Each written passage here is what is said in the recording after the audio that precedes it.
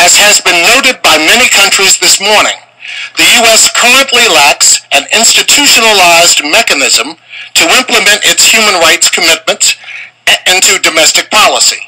We also lack an independent national human rights body modeled on the Paris Principles. Thus, many NGOs here today have urged that the administration take two concrete steps to put in place mechanisms that will enhance both coordination and accountability for implementation. First, we are calling on the administration to issue an executive order to create an interagency working group on human rights that will bring together departments and agencies represented here today in the U.S. delegation, as well as to others, to better enable the federal government to promote its human rights commitments on a range of issues, from racial profiling to immigration reform to access to quality education for all. Second, we want to know what concrete steps the government will take to work with the Congress and civil society regarding the transformation of the current U.S. Commission on Civil Rights into an independent, nonpartisan U.S. Commission on Civil and Human Rights as soon as possible. I look forward to your response regarding both of these critical next steps and a time frame for implementation. Thank you. Who would like to take that? Mr. Posner? Thank you. First of all, I want to thank you all for being here. We look forward to this conversation. And Wade, I want to thank you and others who helped us in the preparatory stage when we had consultations around the country. You raised two really important pieces here for us, and I want to try to take them one at a time. One, as you know, and many of you know, we've been having and are having discussions about exactly the kind of executive order you're discussing. We're not there yet, but I think one of the elements that is clearly envisioned is a stronger interagency process, and that's something that this UPR process has made clear to us, that there really is a value in different agencies of government coming together around these issues. The second thing is the idea of transforming the Civil Rights Commission into a Human Rights Commission following the Paris Principles. That's also on the table for discussion. A decision hasn't been made, and I know there's got to be a legislative piece of that, and you've been, I know, exploring some of that. It's a discussion we should have, I think, immediately coming out of it. The third thing I would just add to what you've said is that we had a discussion yesterday with our delegation in-house, and one of the things that I stressed and asked each of my colleagues from the different agencies to think about, we have a two-step process here.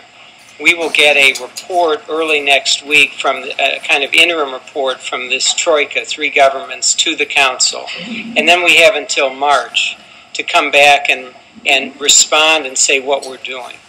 So we have an opportunity, and my intention at least, I can't tell you that I have the game plan, but as we did consultations prior to coming here, we need to figure out a practical, efficient way to get feedback from you and others around the country, and to put some concrete proposals in front of ourselves and then the council. One of the things I said is that we each in our own agency ought to be thinking about what are the things, concrete things that we have learned from this process, from this group, from other governments, and from ourselves. And how do we begin to put together a list of things that we can be doing so that when we come back here in March, we have something very practical to talk about. So we look to you and others in this room to help us get there. Amnesty International, please, the last question. I appreciate the statements this morning and at this town hall from the delegation affirming the strong support of the administration for the ratification of CEDAW, urged by so many government delegations. In that spirit, and on behalf of the CEDAW coalition of more than 160 national and international organizations, I want to ask, will the administration commit to communicating to the Senate leadership that CEDAW ratification is a priority, and what other steps is the administration planning on taking to ensure that CEDAW is ratified? Thank you. Harold? Well, I testified on behalf of CEDAW as Assistant Secretary for Democracy, Human Rights, and Labor in 1999. I testified for it again as a private citizen in the early 2000s. As you know, there has been a very dynamic effort by many individuals in this room to try to build a coalition. Obviously, to build a coalition that gets to 67 got harder a couple of days ago. I think all of the commitments have been communicated, and the question is how to work with a new political environment to get those commitments made a reality. Esther, do you want to add to that, or Michael? I was just going to add, I believe that Senator Durbin of Illinois is holding a hearing through the Judiciary Subcommittee on Human Rights on November 18th. I think, Sam, you're testifying, and Milan Verveer from the State Department. So that'll be an opportunity for us to raise the profile of this, and we're going to take it then one step at a time. Thank you. Esther?